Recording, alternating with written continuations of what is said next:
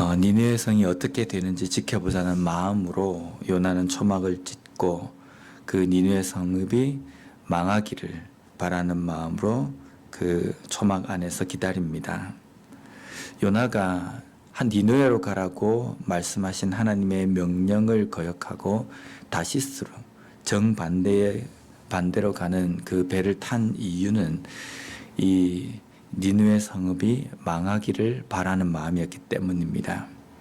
또한 만약에 자신이 가서 니느웨 성읍에 가서 하나님의 말씀을 전했을 때에 그 니느웨 성읍 사람들이 그것을 깨닫고 돌이킬 경우에는 하나님은 자비로우시고 은혜가 너그러우셔서 자신의 죄를 깨닫고 회개하는 자들을 용서해 주시는 분이시기 때문에 그가 만약에 전해서 니느웨 성읍이 그렇게 될 경우에는 심판을 받지 않을 것이기 때문에 그 하나님의 말씀을 듣지 않게 하기 위해서 요나는 니느웨 성읍을 가지 않으려고 하는 겁니다. 요나의 이런 모습은 어쩌면 거짓 증거를 하는 것과 같은 의미의 행동입니다. 왜냐하면 하나님은 용서하시는 하나님이시고 긍휼을 베푸시는 하나님이신데 그것을 이방인들에게 전해야 될 사람들에게 전하지 않음으로 말미암아 이 니느웨 사람들이 그것을 깨닫지 못하고 하나님의 자비하심과 하나님의 긍휼하심을 알지 못한 상태에서 심판을 받는다고 한다면 잘못된 것을 요나가 니느웨 사람들에게 전한 것이고 결과가 그렇다는 겁니다. 하나님이 어떤 분이심을 제대로 선포하고 가르쳐야 되는데 그것을 선포하고 깨닫지 못한 것은 하나님에 대해서 잘못 알도록 그냥 내버려 둔 것과 똑같기 때문에 거짓 증거와도 같은 모습입니다. 이렇게 요나가 니느웨가 용서받지 못하도록 그렇게 한 이 모습이 어쩌면 이게 과연 선지자의 모습인가라는 생각이 들기도 합니다. 또한 요나는 또 목숨을 걸고 지금 하나님께서 이 니느웨 성읍을 용서하겠다라고 말씀하셨음에도 불구하고 끝까지 이 니느웨 성읍이 망하기를 바라는 마음으로 차라리 내가 죽는 것이 낫습니다 라는 생각으로 또 초막을 짓고 있습니다. 하나님 앞에 이런 이야기를 하거든요. 내가 이 사람들이 사는 걸 그냥 보느니 차라리 죽는 것이 낫습니다. 그래서 목숨을 걸고 기도하는 것. 우리가 금식을 하고 또 진짜 목숨을 다해서 기도하는 그 기도, 우리가 간절함만 있으면 하나님께서 우리 기도에 응답해 주신다. 그런데 우리의 간절함이 아니라 내가 하는 그 기도가 하나님께서 원하시는 하나님의 뜻에 합한 내용이냐, 또 하나님의 성품에 합한 것이냐, 그것이 중요한 겁니다. 만약에 하나님의 뜻이 아니고 하나님의 성품과도 정반대되는 일이라고 한다면 우리가 목숨을 걸든지 아니면 금식을 하든지 하더라도 하나님께서는 그 기도를 듣지 않으신다는 겁니다. 요나가 죽을 힘을 다해서 기도한 내용은 니느웨 성읍이 망하도록 하는 것이었습니다. 금식하고 어쩌면 금식도 안 했겠습니까? 내가 차라리 죽는 것이 낫겠습니다. 이 심정이라고 한다면 요나가 그런 마음으로 기도를 했는데 하나님께서 듣지 않으십니다. 반면에 니느웨 성읍 사람들은 아무리 흉악한 죄를 지었고 그들이 과거에 어떤 삶을 살았다 할지라도 하나님의 말씀을 듣고 금식하고 돌이키며 하나님 앞에 기도하고 나아왔을 때에 하나님께서는 니느웨 성읍에 내릴 심판을 돌이키시고 용서해 주신다는 겁니다. 근데 우리가 다시 한번 또 생각할 부분은 왜 요나가 이토록 니느웨 성읍이 망하기를 그토록 갈망했을까라는 겁니다. 아수르 니느웨 땅, 니느웨는 아수르의 가장 중심 도시 수도입니다.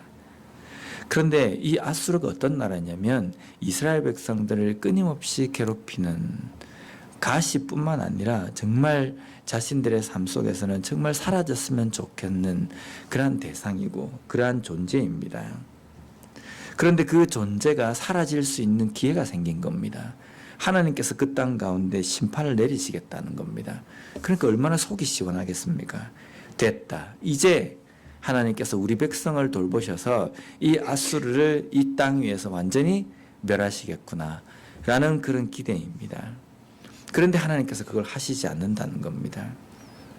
또한 요나가 거기에서 도망친 것은 내가 만약에 전했을 때에 이 니느웨가 다시 회개를 하고 하나님 앞에 돌이킴으로 말미암아 심판을 받지 않는다. 그러면 이제 요나는 할 일을 다 하고 다시 자신의 땅 이스라엘로 돌아갔을 때에 어떻게 됩니까? 여전히 이 아수르는 자신들의 가시와 같은 이웃이고 자신을 괴롭히는 그 대상으로 여전히 존재한다는 겁니다. 그렇기 때문에 이런 대상을 다시금 용서하는 것, 우리가 결코 쉬운 일은 아닙니다. 나를 힘들게 하고 나에게 가시와 같이 쏘는 듯한 그 이웃과 그 존재가 있습니다. 그 존재를 내가 용서한다. 용서하고 나면 그 다음에 이 사람이 정말 사람이 변화되어 가지고 나에게 잘 대해줄 것이다. 이런 기대가 있다고 한다면 우리가 어쩌면 쉽게 그게 가능해질지도 모릅니다. 그런데 그런 기대감이 없이 여전히 나를 괴롭히고 여전히 나에게 가시와 같은 존재가 될 수 있다는 겁니다. 그런 존재를 사랑하는 것, 용서하는 것 쉽지 않지만 하나님께서는 우리에게 그러한 대상까지도 용서하라라고 말씀하시는 것이 하나님의 사랑이고 명령이라는 겁니다. 그런 마음으로 니느웨 성을 바라보고 있는 요나가 뜨거운 때학빛, 햇빛 때문에 괴로워하는 실신지경에 이를 만큼의 고통이 있었습니다. 그래서 하나님께서는 박넝쿨을 예비해서 요나를 가리게 하십니다. 오늘 본문에 보면 요나가 그 박넝쿨이 있음으로 인해서 자신의 그 괴로움, 햇빛으로 인해서 받는 괴로움을 가림으로 말미암아 기뻐했다라고 이렇게 되어 있습니다. 자신은 지금 이 때학볕에 앉아가지고 니느웨 성읍이 망하기를 지켜보고 있거든요. 햇빛이 너무 뜨겁고 너무 괴로우면 실신지경에까지 이른다고 한다면 그 자리를 박차고 일어나서 그늘로 가면 됩니다. 그런데 그 자리에 앉아 있는 이유는 니느웨 성읍이 망하기를 보기 위해서입니다. 근데 그 가운데에 그가 햇빛 때문에 괴로워할 때에 하나님께서는 박넝쿨로 그늘을 만드셔가지고 요나가 쉴 수 있도록 편안할 수 있도록 해줍니다. 그것 때문에 요나는 크게 기뻐합니다. 자신이 그것 때문에 기뻐하는 것은 인정할 수 있고 그것은 합당하다고 생각합니다. 그러나 니느웨 성읍이 큰 죄악으로 말미암아 심판받을 위기에 있을 때에 하나님께서 그들을 용서해 주심으로 인하여서 그 큰 심판을 내리쬐는 그 큰 심판을 면하게 되어서 그것으로 인해서 큰 기쁨이 니느웨 성읍에 있는 것에 대해서는 인정하지 못한다는 겁니다. 내가 괴로움으로부터 편안함으로 변화되는 것은 인정하고 그것은 당연한 것이라고 생각하고 그 큰 성읍이 큰 죄악에서 그것을 면하게 되고 그 가운데 기쁨을 얻게 되는 것을 인정하지 못하는 모습은 이기적인 모습입니다. 이 이기적인 모습은 우리 인간의 본성입니다. 그렇기 때문에 우리는 내가 하나님 앞에 받는 박넝쿨과 같은 일상적인 은혜가 나에게 당연하다고 생각한다면 옆에 있는 지체들과 다른 사람들, 다른 영혼들이 하나님의 은혜를 받고 새롭게 변화되는 그것도 우리가 당연한 것으로 생각하고 인정하고 품을 수 있는 우리가 되어야 된다는 겁니다. 또 한 가지 요나에게 이 박넝쿨을 통해서 하나님께서 주시는 말씀은 햇볕을 막는 데에 자신이 만들어 놓은 초막은 아무런 소용이 없이 되어버립니다. 무용지물이 되었다는 겁니다. 그늘이 있다 할지라도 동쪽에서부터 뜨거운 바람을 불게 하셨습니다. 그래서 요나를 아주 덥게 만드신 겁니다. 그런데 그가 초막을 만들었지만 그 초막으로는 그 더위를 피할 수 없었습니다. 그런데 하나님께서 박넝쿨을 준비하셔가지고 그 박넝쿨로 말미암아 서늘하게 되는 것, 그것을 깨닫게 해주신 것입니다. 이것은 무슨 뜻이냐면 우리의 죄악과 우리 인생의 문제는 어떤 내가 만든 방법으로 인하여서 피할 수 있는 것이 아니라 그 모든 방법, 모든 그러한 답은 하나님께 있다라는 것.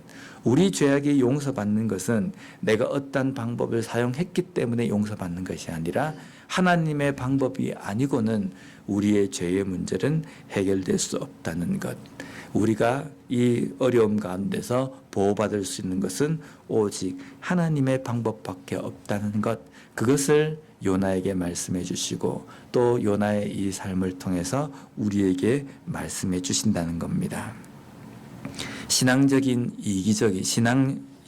이기적인 자세를 버리고 나에게 해주시는 일상적인 은혜 가운데에 하나님의 기적을 온전히 깨닫는 삶이 되었으면 좋겠습니다.